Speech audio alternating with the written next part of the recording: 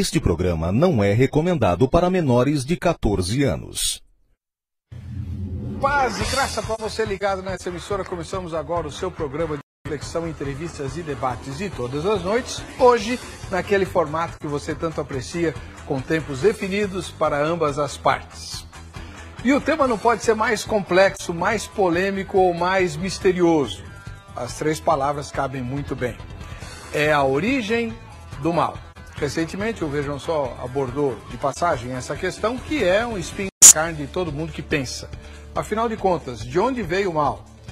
Muita gente vai alegar que o mal é resultado da liberdade que Deus deu ao ser humano de fazer escolhas. E não só o ser humano, os anjos também fazem mal, né? Os famosos demônios são anjos que praticaram o mal, e praticam, e como praticam. Outros dizem, Deus é o criador de todas as coisas, então ele tem alguma ligação com a origem do mal. Ou pode haver a origem de alguma coisa que escape à ingerência do Senhor. Não sei. Então é exatamente essa pergunta que nós vamos tentar responder. Deus decretou a existência do mal na história do mundo, ou ele simplesmente permitiu a sua existência? Faz toda a diferença uma e outra resposta. E faz toda a diferença saber qual é a base das Escrituras Sagradas e da revelação que Deus dá para que a gente possa ter essa opinião. Graças a Deus eu só tenho que controlar o tempo dos dois gigantes. E são dois gigantes mesmo, da fé, que vão abordar talvez a questão mais espinhosa de todo o pensamento da humanidade depois da encarnação de Cristo Jesus, que para mim é o mistério mais insolúvel de toda a eternidade. Como é que Deus se transforma em homem e morre, né? Hoje a gente vai tratar do segundo problema mais difícil, a origem do mal. Está no ar o Vejam Só.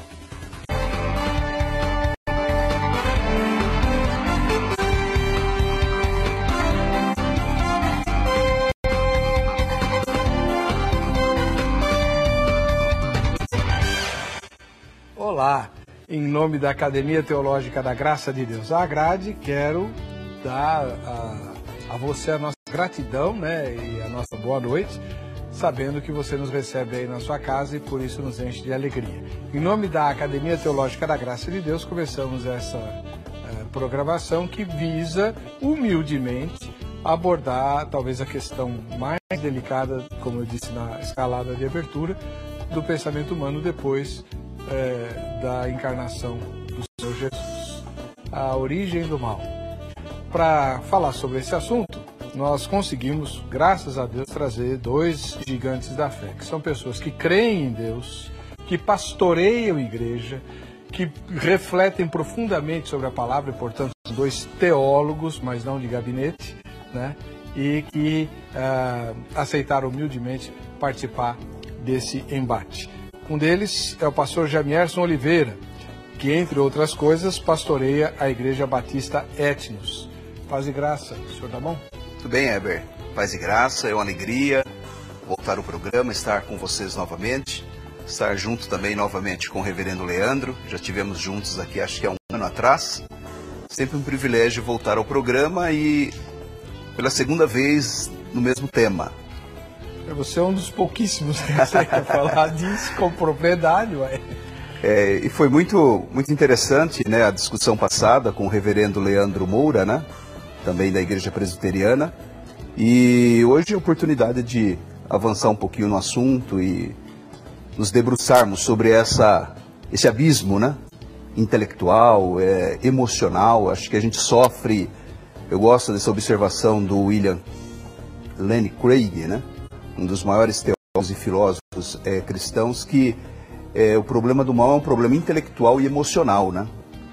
É intelectual, eu acho que é dentro disso que a gente talvez se prenda mais no debate de hoje, mas é emocional também, né? Porque por mais que nos esforcemos hoje aqui para entender o tema, a gente sofre com isso, né? Verdade. Então é um privilégio voltar a estar aqui com vocês. A Igreja Batista Etnos fica? Nós estamos em Guarulhos, Heber, ali no bairro do Bom Clima, é o bairro da Prefeitura, um dos principais bairros de Guarulhos. Ela fica na rua Mandaguari, número 97. A Rua Mandaguari fica bem ali no entroncamento entre a Avenida Bom Clima e a Avenida Faria Lima, perto da base da Polícia Militar ali. E o site nosso, se você quiser nos conhecer, nossos cultos de quarta e aos domingos, né? Culto de quarta-feira, culto de ensino, e domingo, culto de confraternização da igreja, da família, às 18h30. O site, acho que aparece para você aí, batistaetnos.org.br. Seria uma alegria recebê-los, e tenho recebido muitos irmãos que me conhecem aqui do Vejam Só. Já temos alguns membros que, uma vez morando em Guarulhos, alguns em trânsito, em mudança, por saber que estamos pastoreando ali, fazem a opção de congregar conosco. Uma alegria, a igreja vem crescendo para a glória de Deus. Muito obrigado por ter aceito o convite. Amém, obrigado. Seja muito bem-vindo. Do outro lado, voltando depois de um tempão, e já está de partida de novo para Gringolândia, o reverendo Leandro Lima, da Igreja Presbiteriana do Brasil. Ele que, além de pastor, é professor, assim como o pastor Jamierson também é, né? E autor de livros, inclusive de ficção, além de livros teológicos. Reverendo Leandro Lima, uma grande alegria em recebê-lo. Um grande prazer, pastor, retornar ao programa. É sempre muito agradável estar junto dos irmãos. É um privilégio poder dialogar nessa noite com o pastor Jamierson, né?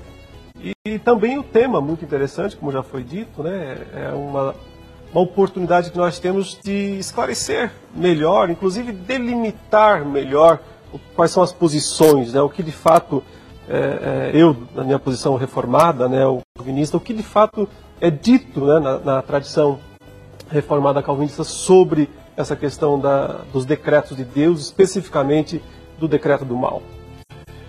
Reverendo, o senhor pastoreia lá em Santo Amaro, não é isso? Eu sou pastor auxiliar na Igreja Presbiteriana de Santo Amaro, fica ali na Rua Promotor Gabriel Netuzzi Pérez 289, perto do Largo 13 de Maio. Eu sou pastor auxiliar lá e sou professor no Centro de Pós-Graduação Andrew Jumper, né, que é a minha função principal, além também de diretor do Instituto Reformado de São Paulo. Que é o endereço que aparece para você quando consultar o contato com o pastor Leandro. Vai aparecer o endereço do Instituto Reformado, que é um curso online, é isso? 100% online. Uhum. O objetivo é dar ferramentas para os membros das igrejas locais que não têm acesso a um seminário formal, né, não está às vezes perto de um grande centro, mas tem a internet lá na casa e pode fazer o curso com professores, né? Eu sou o diretor, a gente tem bons professores lá, como o meu irmão, né, o pastor Sérgio Lima, o reverendo Augusto Nicodemos, o reverendo Weber Júnior, o reverendo Hermes Maia, todos são professores aí do Instituto Reformado de São Paulo, curso 100% online. Muito obrigado pela presença do senhor. Bem, hoje nós não teremos a apresentação da matéria. Aliás, o tema é tão complicado que nem matéria dá para fazer, né? A respeito desse assunto. Então, isso vai dar mais tempo para os nossos debatedores. O mais velho, segundo as regras do programa, começa sempre o mais velho. A diferença deles é pequena, mas o mais velho é o pastor Jamierson Oliveira, ministro da Igreja Batista Etnos, que, aliás, o pastor Marcelo, lá da Missão Horizonte, estive lá nesse feriado, né? Monte Verde. Em Monte Verde, na pousada Estrela Alpina lá. Ele te mandou um abraço. Amém, né? Amém. O pastor Davi eu não consegui encontrar. O Davi está sempre no mundo aí, né? A paróquia dele é o mundo. Ele estava por lá, mas eu não consegui chegar até a sede da missão. Legal. Então não vi o pastor Davi, mas o pastor Marcelo sim, mandou um abraço. Amém. Pastor Jamierson, qual vai ser o ponto de vista que o senhor vai esposar? Weber, eu preciso mandar um abraço, e eu queria que você também abraçasse essa igreja. Eu estive agora recentemente em Salinópolis, 200 quilômetros de Belém, Belém do Pará. Uma igreja Assembleia de Deus ali, uma igreja pioneira, onde nasceu, né, a Assembleia de Deus no Brasil. E eu cheguei ali muito conhecido já dos irmãos, porque há um fã-clube do Vejam Só ali, viu? Sério? Muito legal. Olha, pastor Kleber, pastora Patrícia, os seus filhos, agora me esqueço o nome delas, né? Mas ali um grupo de jovens que discutem teologia, que assistem ao programa, pastor Leandro, e depois debatem ali em sala de aula, e eu prometi para eles sabiam que eu estaria nesse programa de hoje. Então estou mandando um beijo para essa igreja muito abençoada ali, pastor Kleber, e toda a igreja evangélica em Belém do Pará, especialmente a Igreja Assembleia de Deus ali em Salinópolis, viu? Ósculo santo, então, para todos esses irmãos e irmãs. Eu vou trabalhar a ideia, o pensamento arminiano, de que o mal, ele existe por permissão de Deus, né? E esse permitir de Deus é um permitir no sentido da palavra mesmo. Deus, ao criar, ele cria com essa possibilidade de que o mal surja, que o mal aconteça, né? Dentro dessa realidade que ele cria. Então, pretendo trabalhar dentro dessa perspectiva, né, do arminianismo clássico, de que o mal existe não como uma realidade objetiva, positiva. O mal não é um ser, não é uma coisa, o mal é um conceito, né, ontologicamente falando. Podemos dizer que é a ausência do bem, né? Então, eu trabalho a ideia de que o mal, assim, bem objetivo na pergunta, Deus decretou o mal na história ou somente permite? Não sei, o somente aí, né? Mas eu trabalho a ideia de que Deus permite o mal. Permitiu o mal na criação. Muito obrigado, pastor. Não sendo autor, obviamente, né? Oi? Não sendo, assim, também o autor do mal. Ok. Muito obrigado. Vamos ouvir agora a opinião do reverendo Leandro Lima, que, entre outras coisas, publicou um livro de teologia sistemática. Não sei se você considera o livro de teologia sistemática, mas é. Uhum. E bom. Obrigado. Bom por quê? Porque a leitura é agradável, porque teologia sistemática só tem coisa chata. Em alguns casos, né? Não, em muitos casos. Eu usava quando tinha insônia. É verdade. O Berkoff, então, é imbatível. Não dorme. Você dorme? Adoro. Você começa a ler e puf. Berkoff foi a teologia que eu mais estudei, viu? Não é soporífera? Agora você lê o livro do reverendo Leandro Lima, um brasileiro, inserido no hall dos autores de teologia sistemática, que escreve para o leigo e não apenas para o teólogo, e é gostoso. É muito bom ler a sua teologia sistemática. Parabéns pelo trabalho. Esse livro se chama A Razão da Esperança, né? Se digitar no Google aí com o meu nome já vai achar. Depois eu vou, se puder, mostrar um livro que eu trouxe, que é um extrato desse material aí, uma aplicação para estudos. Ótimo, excelente. Mas a minha posição será, então, a da teologia reformada clássica, o calvinismo, né, clássico, que defende que, sim, Deus decretou o mal na história da igreja. Mas nós teremos que entender o que significa esse decreto. Não faz de Deus o autor do pecado, segundo o calvinismo tradicional, esposado pela Confissão de Fé de Westminster, que é o que eu advogo e reconheço. Então, a minha posição é, sim, Deus determinou, Deus decretou que o mal acontecesse, mas sob certas condições, e essas condições é que eu espero conseguir deixar claro aos nossos telespectadores. Muito obrigado pela presença do senhor, né? A partir do próximo bloco, eles vão ter 3 minutos cada um para respostas e 3 minutos para os comentários, resistindo à universal tentação da tréplica, tá? Que é terrível, né? Bom, só que antes de partir para o segundo bloco, você aí de casa tem que responder a pergunta que nós fizemos e que está publicada no site do programa. Vejam só, .com.br. Vamos à pergunta, vamos lá. O mal faz parte do plano de salvação de Deus e por isso ele o decretou? Primeira resposta, sim, Deus o decretou. É isso aí, não tem o que discutir. Segunda resposta, não, Deus jamais decretaria o mal. Terceira resposta, faz parte do plano. O mal faz parte do plano, mas ele não o decretou, né? E mais uma resposta, a minha. Não sei, tentarei descobrir ao final do debate.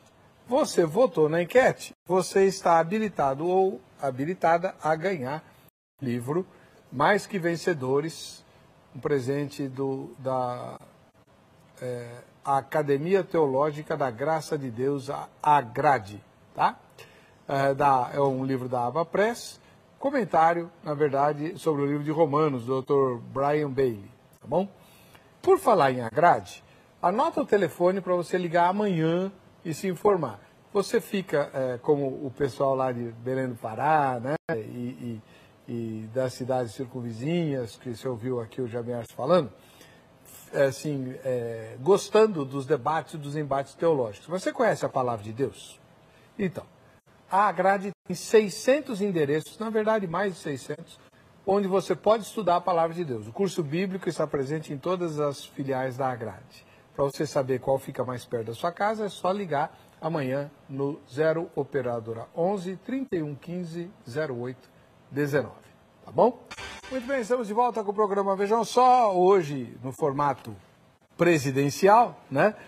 Porque os debatedores vão fazer o mesmo número de perguntas um para o outro e ter o mesmo tempo para respostas e comentários. Quem começa é o pastor Jamierson Oliveira, da Igreja Batista Etnos. Muito bem. Pastor Leandro, eu gostaria de ler, entre tantas citações calvinistas, né, de autores calvinistas, eu gostaria de ficar mais preocupado com o que escreveu Calvino, e eu gostaria de ler duas afirmações de Calvino, e sobre elas eu faço a pergunta. Tá? A primeira está nas Institutas, o volume 3, capítulo 23 e a seção 6. Ele diz assim: se Deus apenas antevisse os eventos dos homens, contudo de seu arbítrio também não os dispusesses e ordenasse, então não sem causa se agitaria a questão de se por acaso sua presciência tenha influência sobre a sua necessidade. Quando, porém, não por outra razão há de antemão visto as coisas que hão de ocorrer, senão porque assim decretou que acontecesse, em vão se move o litígio acerca da presciência, uma vez ser evidente que todas as coisas sucedem antes por sua ordenação e vontade. E aí na seção 7 ele também tem uma colocação interessante. Deus não só de antemão viu a queda do primeiro homem e nela a ruína de toda a posteridade, mas também por seu próprio prazer a ordenou. Em vista dessas duas declarações, entre tantas outras, né, que a gente pode ir citando ao longo do programa, eu gostaria de perguntar se o senhor concorda com essas afirmações de Calvino, que é o principal tematizador, né, do que a gente podemos chamar de calvinismo. 3 minutos, pastor. Sim, concordo totalmente. São citações, no meu entendimento, muito precisas, né, a respeito dos decretos de Deus em relação ao mal, as coisas que viriam a acontecer. Calvino está discutindo aí justamente um assunto chave, clássico. Deus apenas previu ou Deus de fato determinou? Né? Porque todo mundo concorda que ele previu. Seria impossível dizer que Deus não teria sequer previsto a queda do mal. Então nós estaríamos limitando a sua onisciência, né? A sua capacidade de saber o futuro.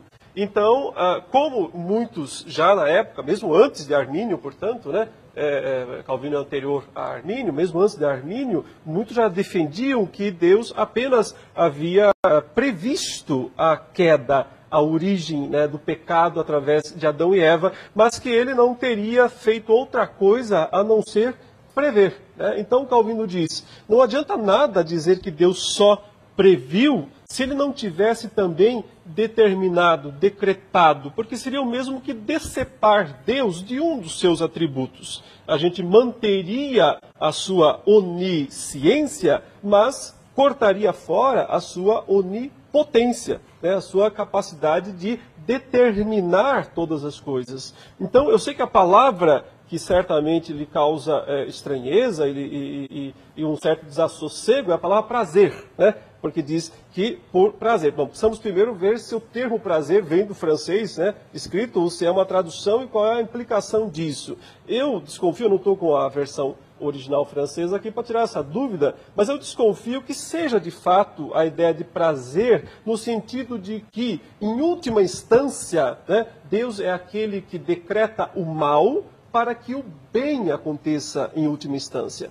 Então, o exemplo mais clássico que nós usamos aqui é o dos irmãos de José. quando eles o vendem para o Egito, né? E então, anos depois, quando José os reencontra, eles vêm todos amedrontados, porque eles imaginam que José vai puni-los, né? E qualquer outro talvez fizesse isso mesmo com aqueles irmãos. Mas naquele momento, como a gente lê em Gênesis 45, ele diz assim: vós intentastes o mal contra mim, porém Deus o tornou em bem, para que agora muitos sejam salvos. Então, ele está dizendo que Deus é aquele, porque ele diz logo para frente, no capítulo 50, verso 20, que não foram eles, os irmãos, que enviaram José ao Egito. Foi Deus que me trouxe para o Egito. Então, foi uma ação de Deus, má, num certo sentido, mas boa no sentido final. Então, o prazer de Deus está no ver o quadro completo.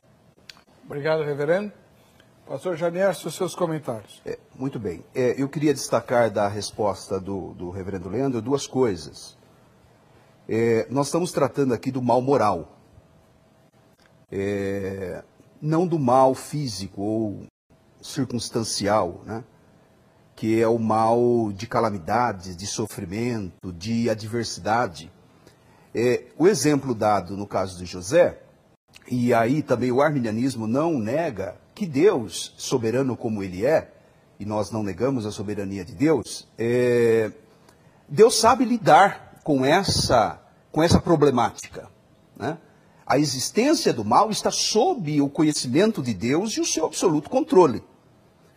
E Deus pode fazer com que um ato mal ou algo ruim que aconteça seja de fato transformado em bênção para aqueles justos, aqueles que o servem, ou para um propósito maior, né? O que nós estamos aqui discutindo é se Deus quis que a queda acontecesse. E em uma instância anterior, se Deus quis que o mal entrasse na história.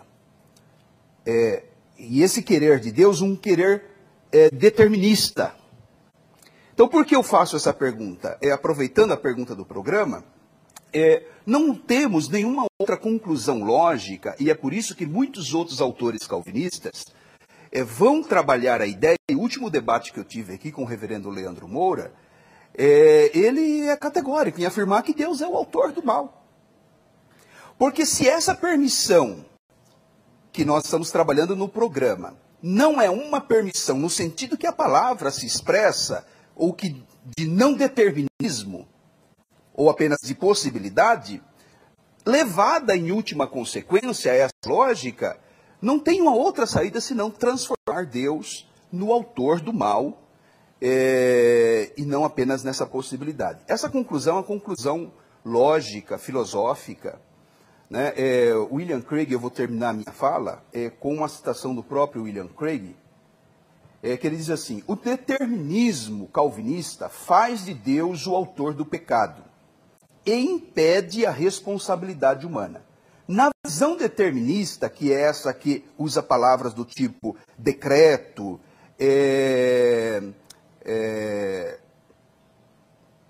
que Deus impõe, né? Que Deus deseja, Calvino usa a palavra prazer. Na visão determinista, até o movimento da vontade humana é causado por Deus. Deus move as pessoas a escolherem o mal, e eles não podem fazer o contrário. Deus determina as suas escolhas e os faz cometer injustiça. Se o mal é constrangedor, se é mal constranger outra pessoa a fazer o mal, então, sob essa visão, Deus não é apenas o autor do mal e do pecado, mas torna-se o próprio mal, que é um absurdo. Da mesma forma, toda a responsabilidade humana pelo pecado foi removida, pois nossas escolhas não são realmente nossas, mas Deus nos leva a fazê-la. Nós não podemos ser responsáveis por nossas ações, pois nada daquilo que pensamos ou fazemos é realizado por nós. Ok, pastor. Então, só fechando, né? É uma conclusão lógica. Se Deus quis e decretou, logo ele é autor do mal. Desculpa o excesso do Tudo tempo. bem.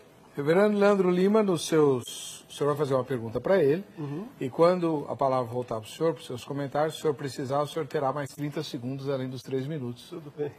Porque ele excedeu o tempo dele, tá bom? Tá certo. Pode fazer a pergunta. Muito bem. Bom, o pastor Jamércio disse que nós não podemos analisar o mal da perspectiva meramente acidental ou de questões ligadas a distúrbios naturais, mas o mal moral, esse é o ponto mesmo.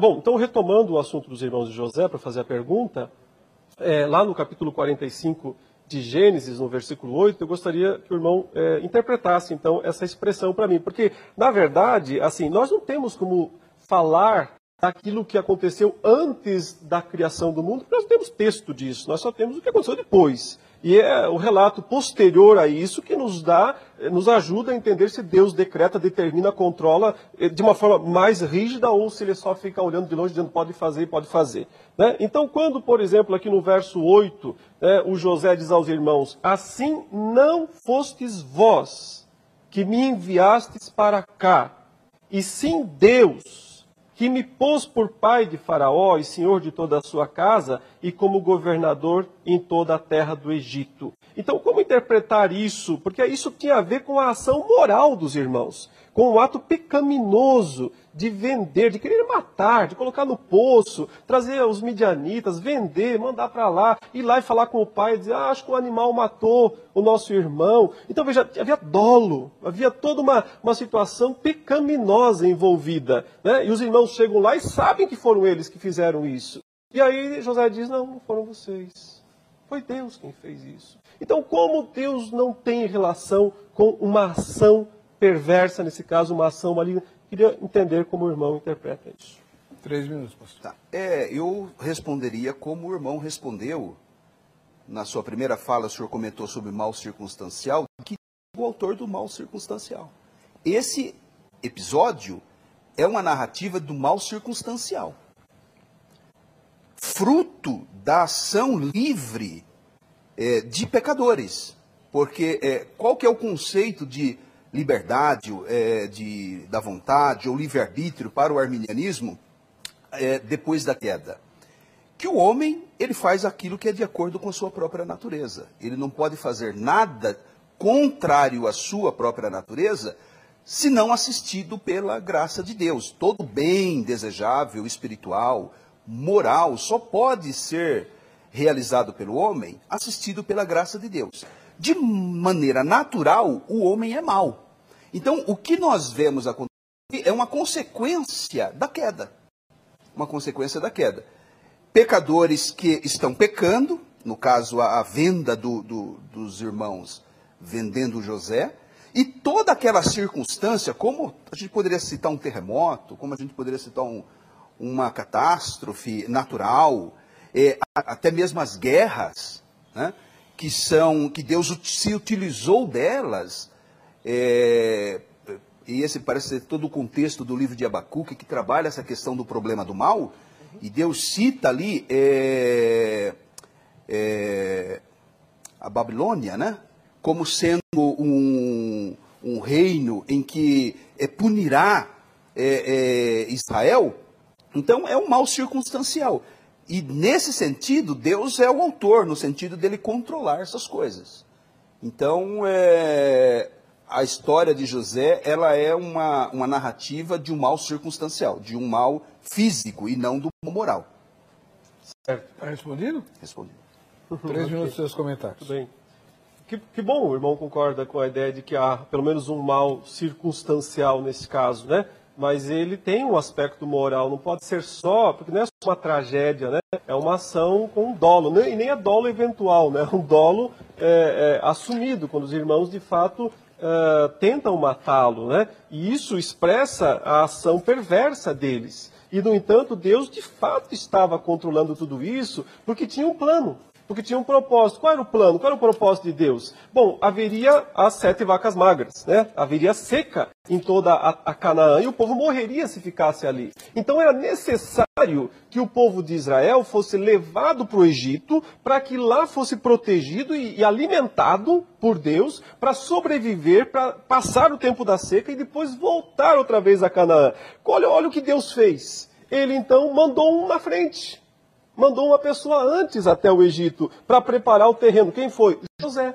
José foi mandado por Deus antes para a terra do Egito, para ser um príncipe do Egito, para assumir, ter aquele sonho, tal, interpretar o sonho do faraó e atingir o posto maior na terra do Egito para poder construir celeiros, fazer grande estoque de comida, para que depois pudesse trazer o seu povo para a sua terra, né? Alimentar o seu povo. Então, mas olha só que coisa extraordinária, foi Deus quem fez isso. Mas fez através de que ação? Da ação maligna, perversa daqueles irmãos. Deus podia ter feito de 1000 outras maneiras, ele é Deus, ele podia ter feito. Mas ele decidiu, ele determinou, ele decretou fazer isso através da ação daqueles irmãos. E aí nós estamos de pleno acordo numa coisa. Não, Deus não é o autor do pecado deles. Se alguém defende isso, sabe, não é calvinismo.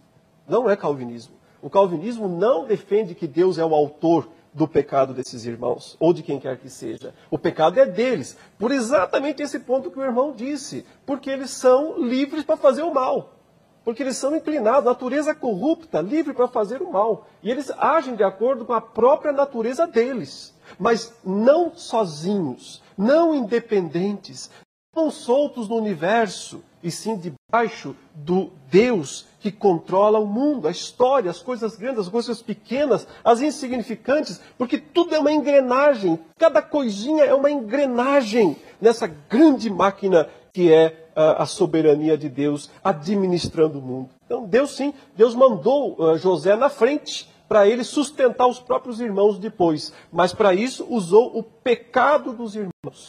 E isso é o ponto mais assombroso para mim aqui. Também. Vamos lá, a primeira rodada terminou. Uma pergunta de cada um, respondida e comentada. Vamos para a segunda. Pastor Janier. Ok. De fato, a tentação é grande, né? Precisava sugerir uma mudança aí, viu, Weber? Deixa para produção aí para ter estudar a tréplica. Mas usa outra pergunta para fazer a tréplica. Eu vou te perguntar o seguinte, reverendo. O que te parece melhor nessas opções? Sobre a criação do mundo, né? Vamos pensar assim, deixa eu só fazer um rápido pano de fundo. Em determinado tempo, em determinado momento, embora tempo, momento não sejam palavras apropriadas, porque Deus é anterior ao tempo, é anterior ao espaço, mas quando Deus decide criar, então ele está criando algo à parte dele, distinto dele, né? Obviamente. E quando ele assim decide criar, eu pelo menos vejo 4 possibilidades, e filósofos pensam em 4 possibilidades, né? Deus não ter criado nada, Deus ter criado apenas seres irracionais, seres vivos e seres animais irracionais, sem moral, ter criado seres morais, mais controlados, autômatos, né? De alguma forma controlado, ou criado seres moralmente livres. E aí eu estou voltando no tempo, eu não estou, quero sair da discussão do mal circunstancial, né? Então indo lá na eternidade, no ato criativo de Deus. Que te parece qual o melhor dessas opções? Repete as 4, por favor. Não criar nada. Deus poderia ter optado não criar nada. E alguns ateus, inclusive, discutem essa questão do ponto de vista filosófico. Por que criar é algo melhor do que não criar? Se ele cria com a existência do mal, pelo menos impossibilidade, e aquele velho debate que não é o tema do programa, como é que um Deus todo-poderoso e totalmente bom pode criar o mal se o mal existe, tal. Aí é outro debate. Mas partindo do pressuposto, como cremos aqui, que Deus cria realmente todas as coisas, né? E o mal existe, e daí a pergunta se é Deus o autor do mal. Isso implica na ação criativa, quando Deus cria todas as coisas. Então, as 4 opções. Não criar nada, nós não estaríamos nem no Vejam Só, não haveria esse debate. E Deus é autossuficiente, ele, por alguma razão, talvez seja até uma outra pergunta que eu faço para o reverendo, porque ele decide criar também. Mas o fato dele ter criado, qual é melhor? Não ter criado nada, criado seres irracionais, era uma opção. Seres morais, criados seres morais autômatos, controlados, ou seres moralmente livres. O senhor compreendeu a pergunta? Compreendi. 3 minutos. A resposta, sem sombra de dúvida, é 4. Né? Deus, que foi o que ele fez, na verdade. Né? Ele criou seres moralmente livres, moralmente responsáveis. Nós, na teologia reformada, o calvinista, dizemos Adão e Eva tinham livre arbítrio. Eles foram as únicas criaturas da história terrível. Todos os seus filhos depois já nasceram pecadores. Então não pode ter livre arbítrio se nasceu pecador. Mas Adão e Eva tiveram. Isso a teologia reformada sempre defendeu. E Adão e Eva eram seres moralmente capazes, livres. Né? Deus colocou o teste para eles lá. Isso não era um blefe, isso não era um faz de conta, era uma coisa séria. Eles tinham a capacidade para fazer uma coisa ou outra. Mas, nós sempre temos que lembrar desse mas. Deus não estava escondido atrás da porta, esperando para ver o que ia acontecer, e ficou lá dizendo assim, bom, se eles fizerem isso, eu faço aquilo, se eles fizerem aquilo, eu faço isso. Né? E jogou a responsabilidade toda para o colo das suas criaturas e disse, agora eu fico aqui numa boa e vocês que se virem aí para decidir o que vocês querem. Não, Deus não ficou nessa posição. Ele estava agindo o tempo todo na ação deles. Ele estava superintendendo tudo isso. E nesse sentido é que nós dizemos, por mais duro que seja para os ouvidos de muita gente, é que ele havia decretado permitir a queda.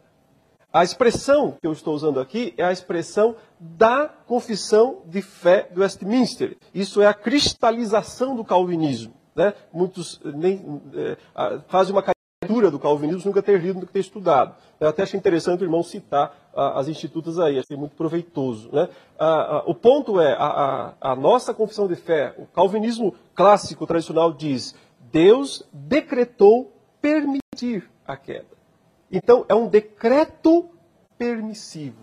Um decreto que garante a existência do mal, mas, ao mesmo tempo, fará que isso aconteça pela ação livre dos agentes. E não fará de uma maneira autômata. Não são robôs, não são marionetes que Deus movimenta como quer, né? E então essas criaturinhas, essas marionetes, não têm responsabilidade, porque elas são apenas manipuladas. Deus não manipula as suas criaturas. Deus age nelas, sobre elas, dentro delas. Aquilo que Paulo fala aos atenienses, nele existimos, nele nos movemos, porque dele somos geração. Nós não conseguimos fugir de Deus, nós não conseguimos nos esconder de Deus. Deus não fica atrás da porta dizendo, façam aí, eu fico só olhando aqui. Okay. Vamos lá, seus comentários, pastor Jamierson. Muito bem, de fato a quarta resposta, a quarta alternativa é a mais plausível. Né? Sendo Deus um ser perfeito, como é que eu entendo a questão, Heber? Sendo Deus um ser perfeito, 1 Timóteo 6,16 vai dizer assim, aquele que só ele tem a imortalidade, habita na luz inacessível, a quem nenhum dos homens viu nem pode ver. Abacuque vai falar que ele é tão puro de olhos que não pode ver o mal. Tiago vai dizer, que acho que é capítulo 1, verso 17, que ele habita, nele não há sombra de variação. Né? Então, quando Deus decide criar, isso acho que é um ponto-chave, é uma chave hermenêutica, talvez, para entendermos o problema. Quando ele decide criar, e por isso que eu fiz uma menção técnica atrás, que Deus cria algo distinto de si próprio, esse algo que Deus cria, o mundo, a realidade distinta dele, é de alguma forma inferior a ele. Sendo inferior, a possibilidade do mal precisava estar contemplada nessa criação. Porque se Deus tivesse criado algo que a possibilidade do mal não fosse uma realidade, Deus estaria criando algo tão perfeito quanto ele próprio.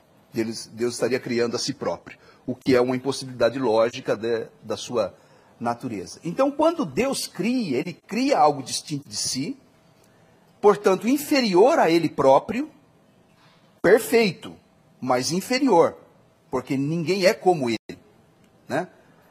As suas mais perfeitas obras, e os salmos vão narrar isso, as escrituras vão narrar que as obras de Deus são perfeitas, mas são distintas deles, e em um certo sentido inferior a ele. E sendo dessa forma, o mal está contemplado, é nesse sentido que Deus permite a existência do mal. Que o mal, agora, a permissão de Deus não faz a existência do mal uma necessidade, e eu acho que é nesse ponto que a gente diverge do calvinismo. Ou seja, Deus cria a possibilidade do mal, mas não a necessidade do mal. Enquanto que no calvinismo, Deus cria a possibilidade e a necessidade, para depois revelar a sua face bondosa, o seu amor. Então, é menos arriscado para macular o caráter de Deus, que é santo, puro, bom, imaculado, ele é amor absolutamente, nós pensarmos no mal como uma possibilidade na criação, mas não uma necessidade, como faz o calvinismo, que o torna determinista e, portanto, leva em última análise como autor do mal. Ok. Bem, nós já estamos no final desse bloco. Quero convidar você a votar na nossa enquete, né? Está lá publicada lá no vejamsó.com.br, tá bom? A gente vai para o intervalo, voltaremos já já para o terceiro bloco e fechando esse programa.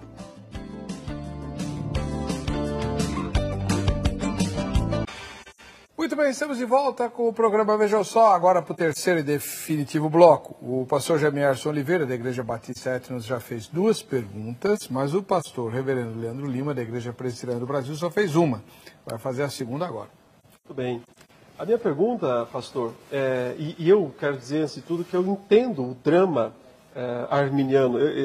Acho que todos nós já tivemos essa sensação assim, de querer defender a santidade de Deus, a justiça de Deus, a bondade de Deus. Então a gente fica pensando, não, Deus não pode ser aquele que decreta o mal, porque senão ele é o autor, e se ele é o autor ele não é bom e tal. Mas a minha pergunta é, o irmão acha realmente que só o fato de Deus ter previsto o mal garante mesmo essa defesa, né, da santidade, da bondade, da justiça de Deus, né? Isso por um lado. E por outro lado, isso não torna Deus limitado, fraco, do nosso nível, alguém que não sabe muito bem lidar com a situação? Mas principalmente a primeira parte, que é a minha pergunta central, se realmente adianta, se é por esse caminho, vamos defender a justiça, a santidade de Deus, se adianta dizer, não, ele só previu, se isso é suficiente, né? É a minha pergunta. Eu creio que sim. Eu entendo como um risco, no mínimo um risco menor. Okay. Porque eu acho que eu vou arriscar aqui, me entenda dentro do contexto.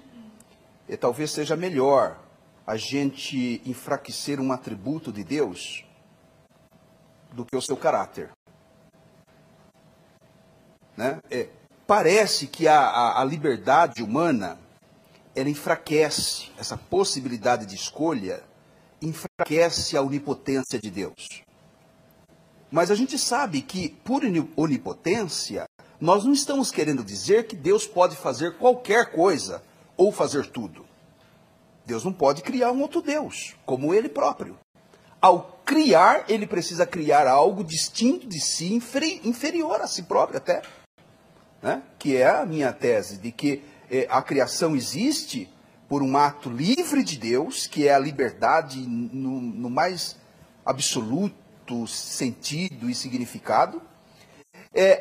E Ele é poderoso dentro do conceito correto e bíblico de onipotência, de permitir a liberdade das suas criaturas, liberdade essa que pelo menos o calvinismo infralapsariano, que parece ser a linha do irmão, defende que a liberdade de Satanás, ou daquele anjo original, do homem no Éden, né? E isso não afeta a autoridade de Deus, a sua soberania ou a sua onipotência. O problema está em entender que o decreto é determinista, na sua necessidade. Faz com que o mal seja necessário. Eu acho que essa é a palavra. O mal ser uma possibilidade, ou Deus conhecer, o mal como possibilidade é distinto de fazer com que Deus, entender que Deus faz o mal necessário. E ao tornar o mal necessário, ele passa a ser responsável. A criatura aquela velha colocação. Se a queda não foi apenas prevista, como disse... Eu sei que parece, eu ando lendo bastante, pelo menos nos últimos anos, Calvino, confesso que não li todas as institutas, mas tenho lido bastante, e ele me parece dúbio, às vezes, em fazer afirmações que se encaixaria dentro do arminianismo clássico, pelo menos da nossa cosmovisão, de liberdade, de livrar Deus, o caráter de Deus, mas tem hora que ele faz afirmações que levam ao supralapsarianismo, de autores como R.C. Sproul, A.W. Pike, que torna Deus e declaradamente faz de Deus autor do mal, do pecado. Então acho que é esse sentido de fazer com que a liberdade ou o pecado seja uma necessidade, né, dentro da liberdade humana. Obrigado, pastor. Vamos ajustar o alarme aí. Reverendo Leandro Lima, seus comentários, e o senhor ainda tem aqueles 30 segundos de crédito, tá? Eu estou guardando para o final. A bala na... O ponto, me parece assim, que é inútil falar do mal como uma possibilidade se ele é real, ele existe. Então, alguém tem que ser, em última instância, né, aquele que o que determinou ou não. Né? Então, falar se o mal existiria, não, é uma perda de tempo. O mal existe, é a realidade, nós temos que tentar entender por que ele existe. E a nossa resposta é porque Deus entendeu que a existência do mal, ainda que não seja algo que ele cria da sua essência, porque nasce através da liberdade das suas criaturas, mas ele é algo bom em última instância, porque ele vai revelar coisas grandiosas, como quem Deus é, sua grandeza, sua onipotência, enfim, a existência do mal torna Deus mais compreensível para nós. Mas o meu ponto da pergunta foi, ora, não adianta, de fato, tentar usar só a presciência de Deus para justificar a santidade de Deus. Imagina o seguinte, irmãos. Aqui nessa sala do lado tem duas crianças, elas estão brincando. São duas crianças, elas têm 7 anos, tá? E elas têm uma certa consciência das coisas, mas ao mesmo tempo elas são infantis. Elas estão brincando. Do que elas estão brincando? De arma.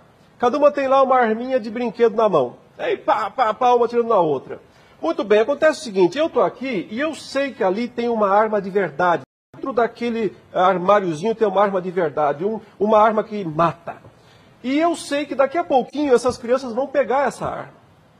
Eu posso até ir lá, de repente, dizer assim, crianças, não peguem a arma de verdade que está dentro daquela gaveta, entendeu? Fiquem brincando só com as arminhas de brinquedo, tá bom? Tchau. E saio, me afasto. Daqui a pouco eu escuto o tiro. Pá!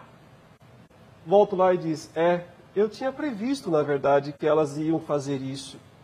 Ora, se eu não fiz nada para impedir, se eu não fiz nada para evitar o fato, eu sou tão responsável quanto. Porque eu sabia que ali existia uma arma, porque eu sabia que ali havia duas crianças que se inclinavam a fazer aquilo, ou que tinham pelo menos a liberdade para fazer aquilo. Então, se eu não fiz nada para evitar, eu tenho uma responsabilidade nisso. Então, meu ponto é, só dizer que Deus previu e permitiu que Adão e Eva pecassem, não isentaria Deus da responsabilidade moral em última instância, porque Ele é todo poderoso. Ele podia dizer, não pequem, Ele podia não pôr aquela árvore do conhecimento do bem e do mal lá no meio daquele jardim. Então, se Ele pôs aquela árvore do conhecimento do bem e do mal no meio daquele jardim, é porque Ele sabia que Ele tinha um propósito com aquilo. E esse propósito seria, em última instância, revelar a grandeza de Deus, a sua santidade absoluta, a sua soberania absoluta e principalmente que Ele sabe resolver o problema do mal, Ele sabe reverter o tiro, Ele sabe reverter a queda, mas para isso vai custar caro, vai custar o sangue do Filho dele, e Ele sabe disso também desde o começo, porque Ele vai enviar o seu Filho ao mundo um dia para morrer e pagar o resgate daquilo. Então, com todo respeito, o arminianismo não responde o problema principal de defender a santidade de Deus, porque está no mesmo barco com o calvinismo nesse sentido, ou até pior, porque faz Deus ficar apenas olhando de longe. Nós dizemos, não, Deus não ficou olhando de longe, Ele estava envolvido, Ele agiu, Ele tem sua parcela ali em tudo, e Ele sabe fazer o melhor para a sua glória. Agora está quites. Agora eu usei os 30 segundos. Beleza. Pastor Jamier Oliveira, sua terceira pergunta, provavelmente a última. Provavelmente. Tá bom. É melhor conversar com um calvinista infralapsário. Eu acho que a gente se aproxima bastante. É bíblico, né? É bíblico. Pelo menos a gente consegue, né, travar uma conversa. A pergunta seria bem objetiva, reverendo, é a seguinte: por que Deus criou o mundo? Hã? Qual que é a pergunta? Por que Deus criou o mundo? Que ele com a possibilidade do mal, no sentido arminiano, sim, né? Ou com a existência do mal determinada por Deus. Em qualquer uma dessas possibilidades ou linhas, por que Deus cria, então? Ok. Deus cria o mundo para a sua glória. Essa é a resposta máxima, né? Tudo existe para o louvor da sua glória. Então, Deus criou o mundo exatamente como ele é o melhor dos mundos. Ele é o melhor dos mundos, não tem opção A, não tem opção C, é essa apenas. Deus criou o melhor dos mundos, porque ele criou o mundo para a sua glória. Para a sua glória, ele decidiu permitir a queda do ser humano. Não apenas ficar observando, mas agir, garantindo em última instância que isso acontecesse sim, decretando a existência do mal, mesmo que não por mãos dele, não por ação direta dele, mas por ação das suas criaturas. De maneira que, desse modo, ele consegue revelar-se ao mundo como Deus soberano, mas ao mesmo tempo gracioso. Tão gracioso que ele vai se encarnar, né? E vai morrer na cruz para pagar o preço da queda, o preço do pecado, tudo computado, tudo na conta de Deus historicamente falando. Para quê? Para que a glória de Deus se revele mais. Um mundo sem a existência do mal não revelaria toda a glória de Deus, revelaria parcialmente a glória de Deus, mas plenamente não. Plenamente a glória de Deus é revelada porque Deus criou o mundo dessa maneira, permitiu que o mal entrasse nessa terra, não apenas um decreto permitivo passivo, distanciado, mas um decreto ativo. Ele está em ação, ele está agindo no ser humano, ele está garantindo, ele está controlando todas as coisas e conduzindo tudo à sua perfeição. Então a resposta é essa: Deus permitiu, Deus criou o mundo para a sua glória, e o mal ajuda Deus a mostrar ainda mais a sua glória. O senhor ainda tem 1 minuto. Então eu vou deixar para o final. Não pode. Não pode. Mas eu tenho uma pergunta ainda, né? Tem. Então, aí na minha resposta eu uso. Tá bom, ok. Vamos lá. Pastor Jamier, seus comentários. Muito bem. Eu concordo, pastor, que Deus cria para a sua glória. E essa glória de Deus precisa estar alinhada ao caráter de Deus. E eu acho que é nesse ponto que o calvinismo, ele, mesmo infralapsariano, ou supra principalmente, eles maculam o caráter de Deus. Ao entender a determinação de Deus com a existência do mal. Ou seja, o mal não dá para entender o termo permissão, não dá para entender o termo decreto de Deus sem ser Deus o autor. Se não há uma outra possibilidade, ou a liberdade humana não está sendo respeitada, ou a liberdade dos seres moralmente livres que ele criou não está sendo respeitada, faz de Deus o autor. É por isso que a gente até trabalha a seguinte ideia, de que o calvinismo infralapsariano, ele não é consistente. Ele não é consistente dentro da lógica calvinista. O supra, apesar de ser um absurdo, ele é logicamente consistente. Porque ele chega à conclusão óbvia de que Deus é o autor. Como é que o arminianismo responde? Por que Deus cria? Deus cria porque ele é amor. O amor de Deus é a glória de Deus. E a liberdade do homem ou das criaturas moralmente livres, Deus decidiu inventar ela. E aí eu faço coro com o irmão e coloquei até na minha anotação aqui, que a encarnação do Verbo é a prova de que Deus enfrentou essa realidade da possibilidade do mal, não da necessidade. Mas sendo mal possível, e Deus sabendo que ele aconteceria, ele entra na história humana. E é lindo, porque Deus cria uma realidade à parte de si próprio, sendo a parte é inferior, se é inferior, o mal tem que estar contemplado dentro dessa realidade. Ele enfrenta essa realidade respeitando a liberdade dos seres moralmente livres criados por ele, e ele se responsabiliza. Aí sim, como é que Deus se responsabiliza? Não por ter determinado, mas por ele ter permitido. E aí ele entra na história, na pessoa do Filho, ele entra na história humana, ele entra nesse mundo físico, a parte de si próprio, que é o mistério da encarnação do Verbo. Não dá para entender a encarnação do Verbo sem esse contexto. E o Verbo se faz carne, habita entre nós. Hebreus 1:6, mais uma vez, quando introduz o primogênito no mundo. Então é dessa forma que Deus redime o mundo. Deus é redentor, né? E com isso o caráter de Deus fica resguardado. Eu acho que isso é a coisa mais importante. Reverendo Leandro Lima, sua terceira pergunta e a última. A última, né? Então, o calvinismo, né, o infralapsariano, como o irmão mesmo diz, que é o calvinismo da Confissão de Fé do Westminster, e eu acredito também é o de Calvino, ele não é consistente com a lógica humana. Não, não é. Ele é consistente com a Bíblia. A questão dele não é fazer justiça à filosofia, ao racionalismo, que diz ou isso ou aquilo. O hipercalvinismo e o arminianismo são muito parecidos, porque os dois excluem uma das coisas de Deus, né? Um exclui a sua onipotência e o outro exclui justamente o amor, que é o lhe dar a condição da criatura poder escolher. O calvinismo tradicional, ele mantém as duas coisas. E mantém isso por causa de textos como esse aqui, que gostaria que o irmão me desse sua opinião a respeito dele, que está lá em Isaías capítulo 10, versos 5 em diante. Aquela situação em que Deus está dizendo que vai trazer a Assíria para arrasar Samaria, destruir. Ele até fala assim, ai da Assíria, verso 5, cetro da minha ira. Olha que interessante, tá falando mal dela. Ai de você, Assíria, você é o cetro da minha ira, ai de você.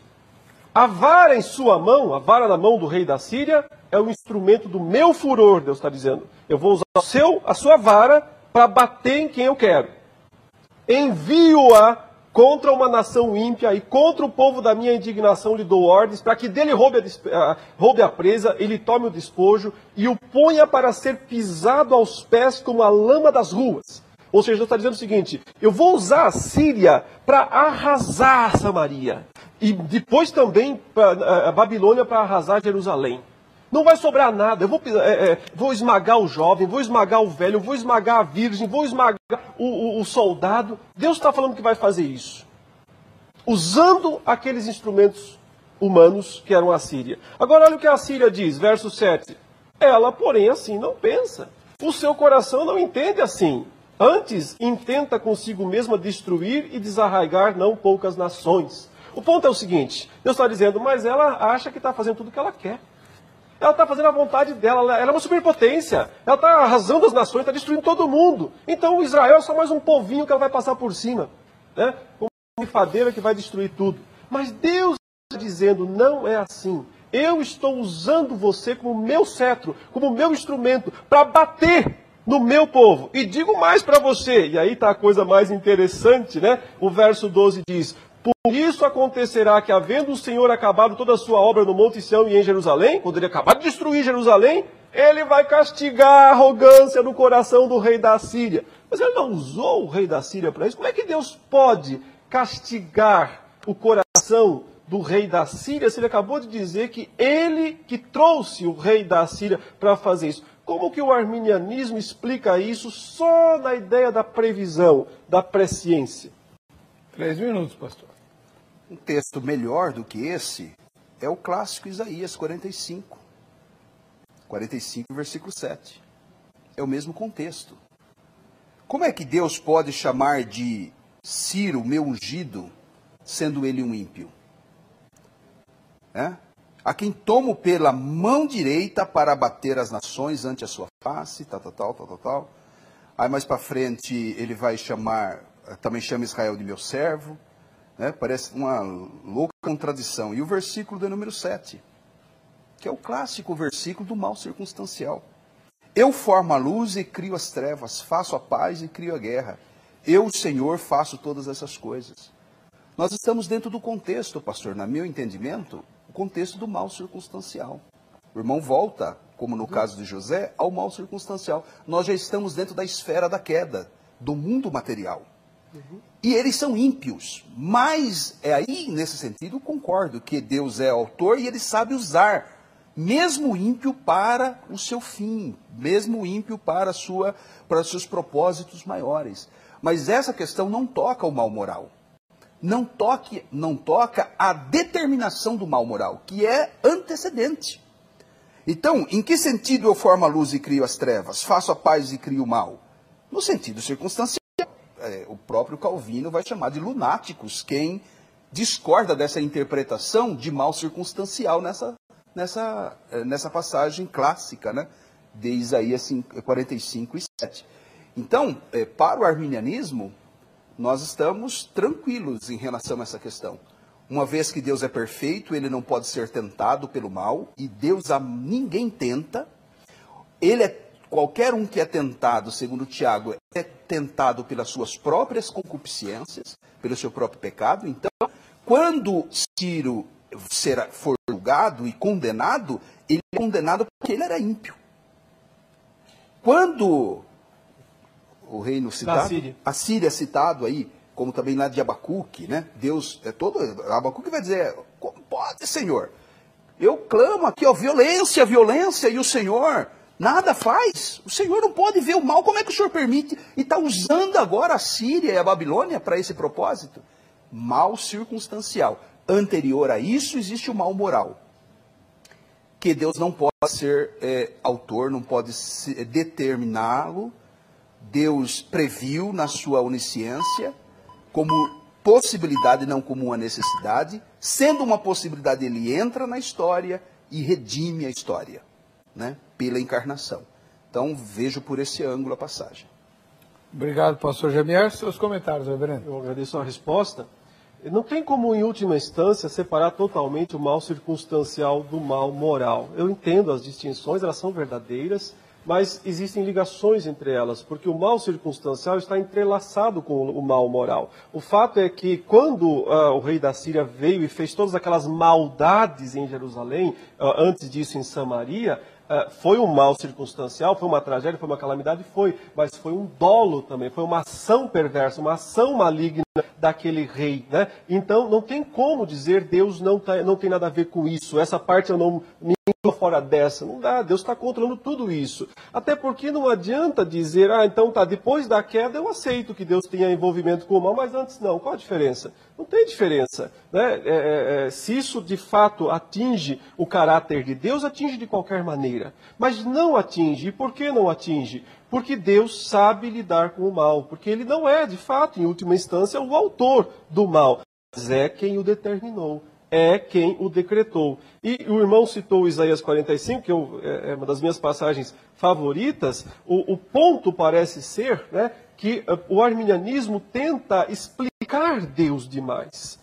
Tenta colocar Deus num quadro, dizer Deus é assim, assim, assim, portanto ele não pode ter feito isso, aquilo. Mas olha o que o próprio Isaías 45 diz a respeito de Deus, após falar isso: eu sou aquele que forma a luz e crio as trevas, faço a paz e crio o mal, eu, o Senhor, faço todas essas coisas. Então ele continua dizendo: o Senhor é o Criador de todas as coisas. Ele é quem traz, foi ele quem trouxe Nabucodonosor para destruir Jerusalém.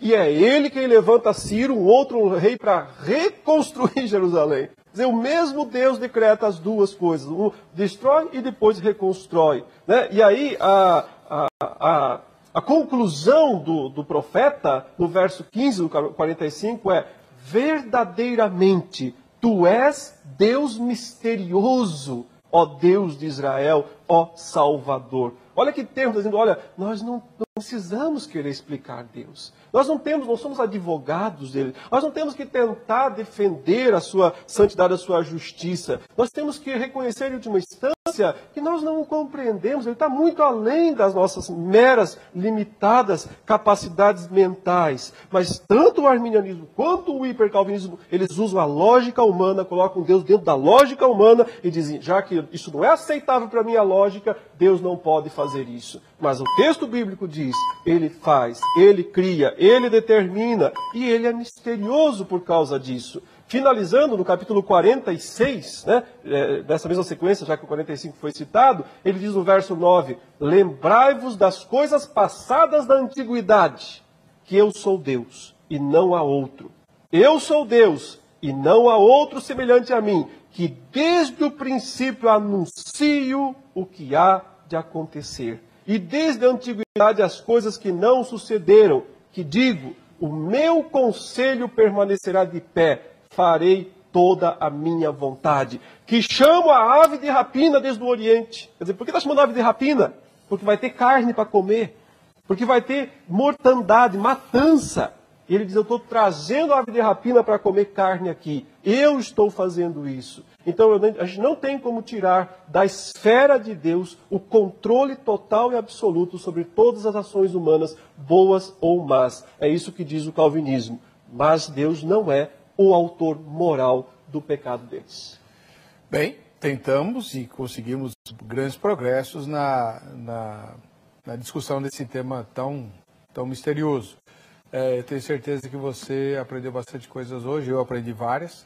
E se você quiser entrar em contato com esses dois gigantes da fé, homens de Deus, que eu admiro e louvo ao Senhor pela existência e pela inteligência que eles têm, basta usar os contatos que estão publicados no site vejamsó.com.br.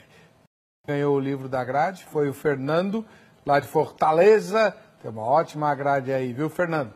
A gente se encontra no próximo Vejam Só. Muito obrigado, gente.